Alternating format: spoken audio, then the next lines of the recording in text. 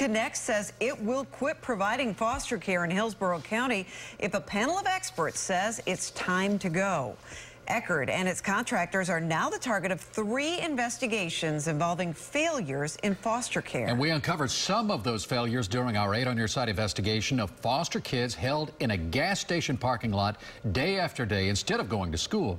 Well, Mark Douglas is back tonight because sparks flew at a Community Alliance meeting in Tampa today where this crisis was brought up for discussion. Sure did. This is the most we've heard from Eckerd, by the way, since we broke this story exactly 1 week ago today.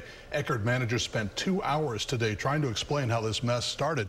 Things got really interesting when the whistleblower who first tipped us off spoke her piece.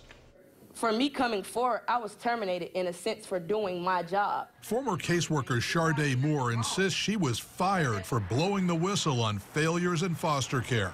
It just looks like a blame game. Moore is now the target of an abuse complaint, personally filed by Eckerd Chief Lorita Shirley for leaving an unruly foster teen at Eckerd's front door.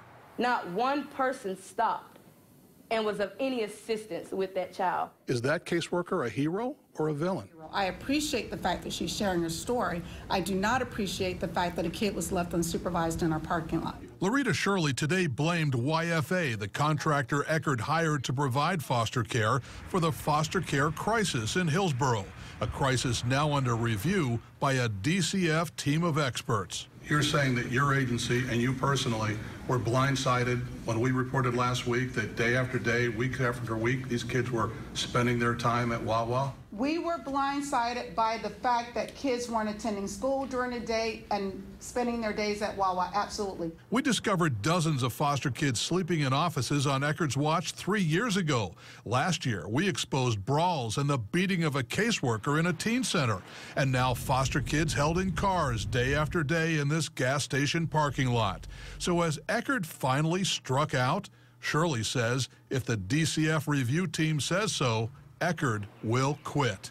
I can assure you that our board will be the first to say to the department, we will work with you to hand this contract back over so that we can get another provider in place that can do it effectively.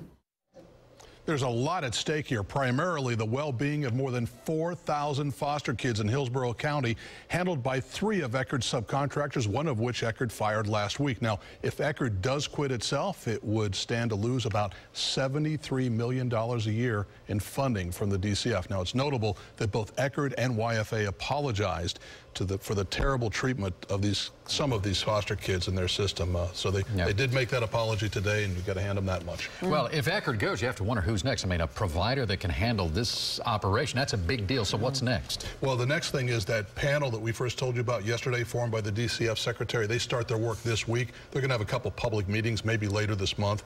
So when that gets rolling, that's really going to determine where all of this goes. All right. Thanks, Hopefully Mark. it gets fixed soon. We hope so. Thanks, Mark.